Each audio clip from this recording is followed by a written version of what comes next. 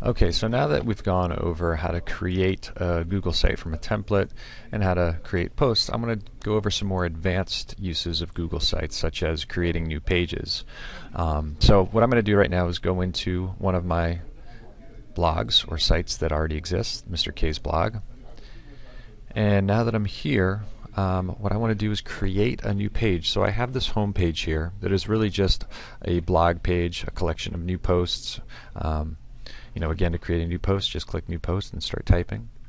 So what I'm going to do here is create a new page, because I want to have another page that has, maybe not a collection of posts, but just a static page that addresses a research topic. And I might have more than one of these pages.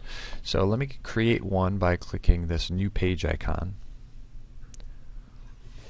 And it wants me to name my page, so I'm just going to give it a generic name for now. Research topic 1, and it tells me to select a template. Now that home page that I have is an announcements page. I don't want another announcements page. I want a web page, something static that I can add content to as I wish. So once I've selected web page, I come down here to select a location. I want to put the page at the top level so that it's in the hierarchy of my web page. I want it to be equal to my home page, not under it. So put page at the top level is going to stay selected, and then I'll click Create.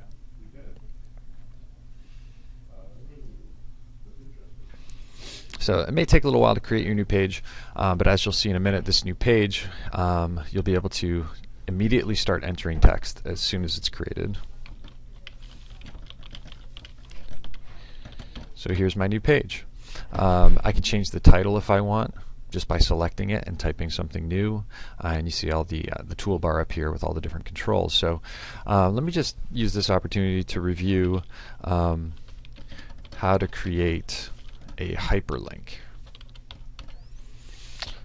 So if I want to make these two words, a link, into my hyperlink, I select it, and then I come up here to this link icon, and this is where I select web address, because I want to link to a URL outside of my web page. So let me just say this is a link that I want to copy and paste into my my web page. So I just copied that URL from an article that I liked, and I'm going to paste it into this window here after I've selected web address. And I like to have it open in a new window or tab, so I select that and then click OK. So there's my link. And how about adding an image? Let's review that. So let's say I want to put an image right at the beginning of my post, maybe with the text wrapping around to the left. I go up here to Insert, click Image, and I'm going to choose a file from my computer by clicking that button. And let's say we like this one here. So it's uploading the image right now. Okay, looks like it's there. Click OK. Now it's kind of a big image, and I can see that it's stretching off of the main part of my page. So this is where I want to pay attention to the size of it. So let me try medium. That's pretty small. Let me try large. That's a little bit better. And then I can also center it. I can turn the wrap on, and I can move it around a little bit until I find out how I want it to appear.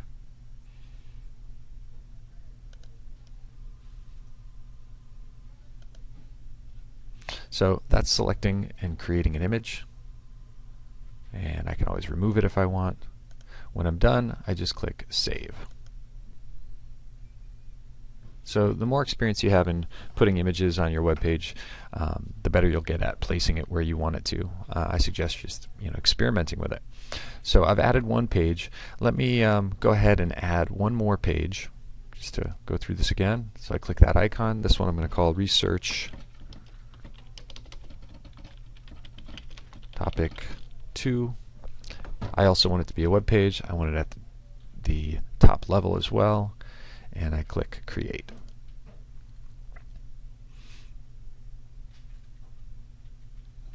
So now you can see in the side navigation here, I have home, which is my blog posts, research topic 1, research topic 2. Alright, now let's talk next about how to change the layout of your web page. So I'm going to go home for this, clicking this home button. One thing that I decide that I want is I want a top navigation that has my home button along with a research topic 1 and research topic 2 button. So to do that, I come up here to more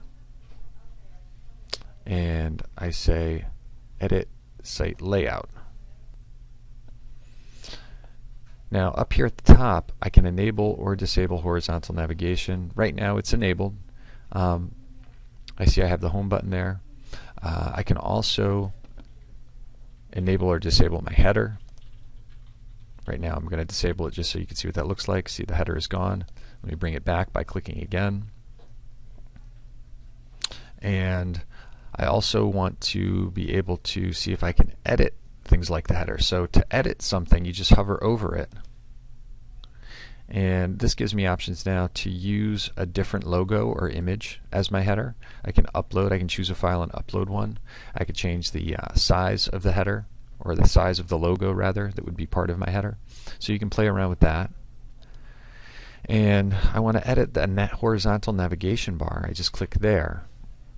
And so it's asking me which pages I want to show. Well, yes, I want to show the home page. I also want to add a page to the horizontal navigation, one of my research pages. So I click that, and then I select the topic I want to add, and then I click OK. And I want to do that again with my other research topic page. So again, that's add page, click right there. Research topic 2 is selected, and then I click OK. And now they're both there. And I'll click OK down here. And as it saves, you'll see the horizontal navigation appear. So that's something you might want to do. We've already gone over how to change the colors and the template, so I'm not going to go over that in this video. Once I've made my changes to the site layout, I have to click this close button to save them. One other thing that I wanted to talk about was how to manage your site. And managing your site is a good thing to do because it allows you to view your pages and also do things like delete your site, which you probably don't want to do, or rename your site. To view your pages and move them around, you have to select pages over here in this side navigation. And so this allows me to click and drag to move the pages around. Right now I happen to like how my pages appear, so I'm not going to do anything with that. So to get back to my blog, I just click this arrow with the title to it, going back. And now I'm back in and I can continue editing. So I've shown you how to add pages. To get back into a page, you just click the page and click the edit button to get in and add content. So I can continue typing if I want.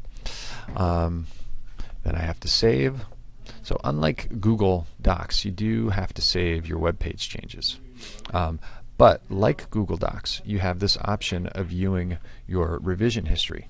So when you click more, you can come down to revision history in case somebody in your group makes a mistake and deletes something they shouldn't, and you can revert to previous versions. So that was one other thing I wanted to point out. And of course, sharing with members of your group. If one person creates it and can share it with the rest of the group, they just click the share button. That's just like Google Apps with documents. And you add the people that you want to share right there. And you're giving them the ability to edit, of course, since this is a shared project. Once you're done, click share and save. No, I'll just cancel because I didn't enter anybody. Go back to the blog. So that's the more advanced tutorial on Google Sites, creating pages, changing the layout of your blog. So if you have any questions, you know how to reach me. You can just message me through Final Site. Enjoy.